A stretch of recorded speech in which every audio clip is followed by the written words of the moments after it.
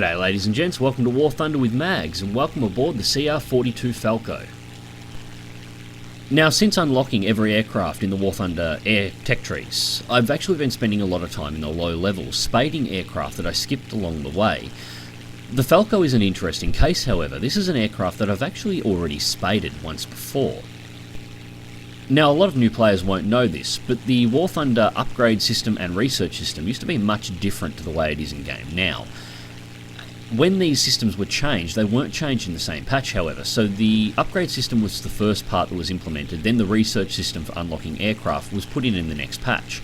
I upgraded the Falco fully during the initial period for the upgrade system. However, there was a glitch when the research system came in, and a lot of players suffered loss of upgrades on aircraft that they had already spaded.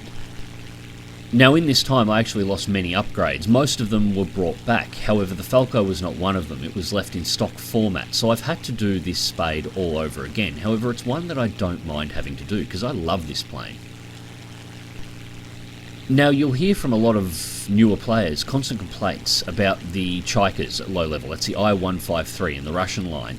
Many people completely overlook the Falco, however. This thing is armed with two 12.7mm machine guns. It has 800 rounds of ammunition, and it's only battle rating 1.7 in realistic, as opposed to the Chaika's battle rating 2.3, and this thing is an absolute beast.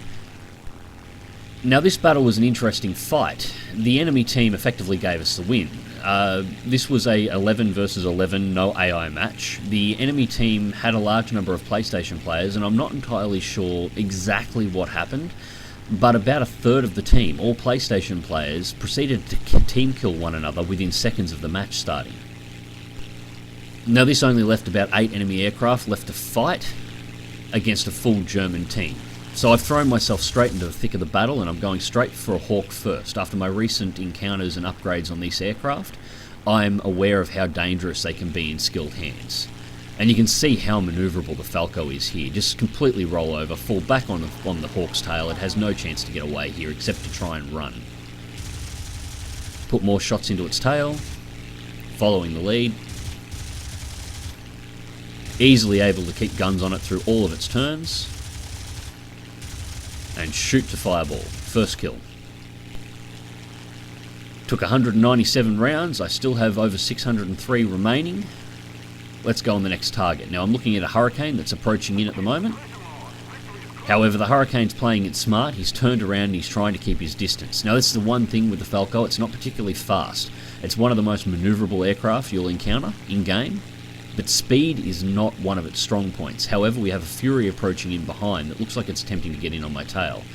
I've turned around on it and it's proceeded to try and pull into altitude. I'm moving to follow. Now, this guy kept it in pretty much in the straight and level. PlayStation player could be new to the game, unsure how to manoeuvre the aircraft. Maybe he wasn't anticipating me to be able to catch him. And he makes a classic mistake here. I'm already on him, and he pulls it straight into the vertical and presents me with a perfect target. Second fireball, second kill. Invert the plane over. The Hurricane's moving in. Now, I know he's coming straight at me, so rather than going into a head-on, I take it into a sharp dive, spin the camera up to track his exact location. I want to know exactly where he is so I can pull out of this. Just above the deck, pull it straight into a loop. Keep the WEP on to maintain speed, aileron roll around onto his tail. Now, the engine has hit overheat, but I'm not worried at this time. This is the last aircraft in the area. Begin shredding him. Shots in, ripple the tail to pieces. He's inverted at the time that I take his control surfaces off. He has no ability to pull out of the dive.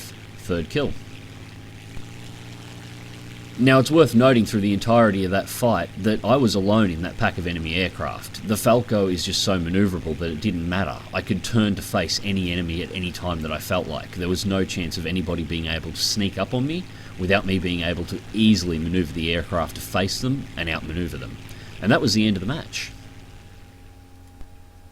So, the results for this match. First place for the team with 3 kills, all players. The Italian Aviator Award, I'm not sure why I've got that, I'm sure I've shot down more than 50 players in Italian aircraft.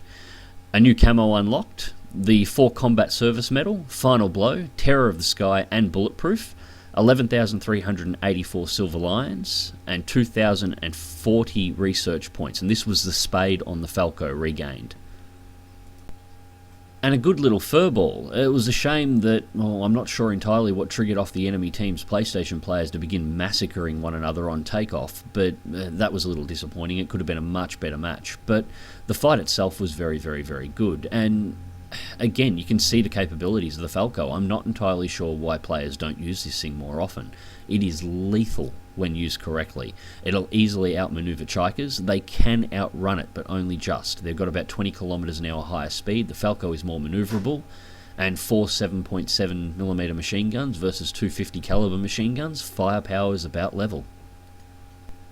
I've also noticed the Falco's stall speed seems to be much lower than that of the Chiker, and it seems to retain energy better in a vertical climb, so you can get it up to altitude in a burst much faster. So it's strange that this plane isn't flown out more often.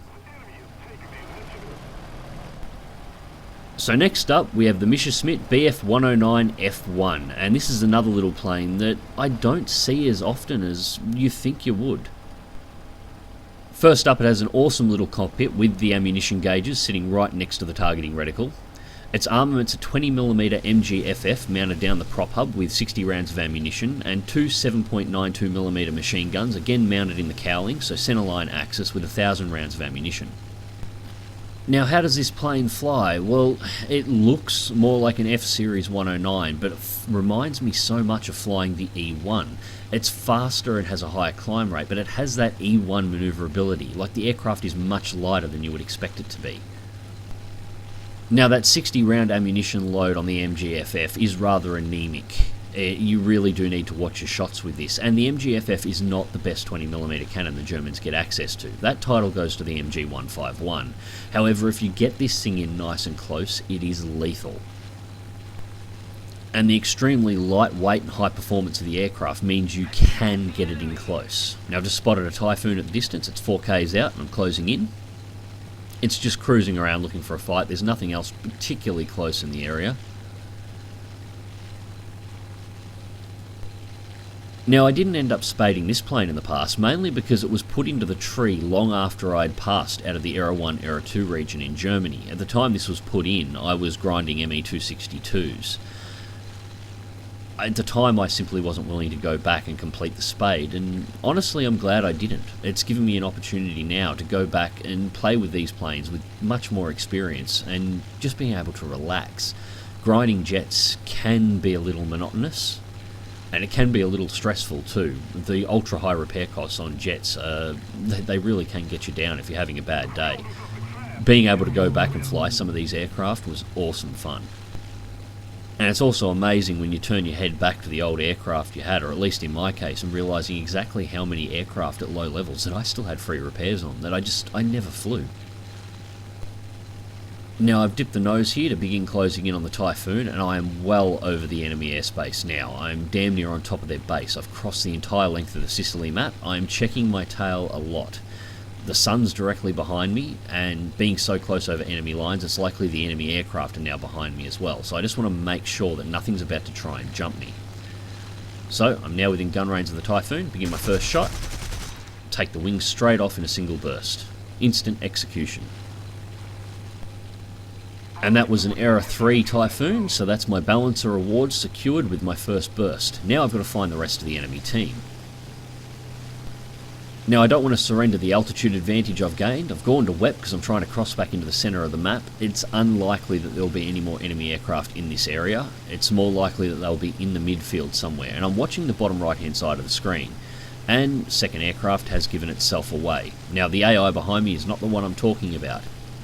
There is a Boston at low altitude that's currently strafing out the fireboats that approach down the coast heading towards the area where the barrage balloons are set.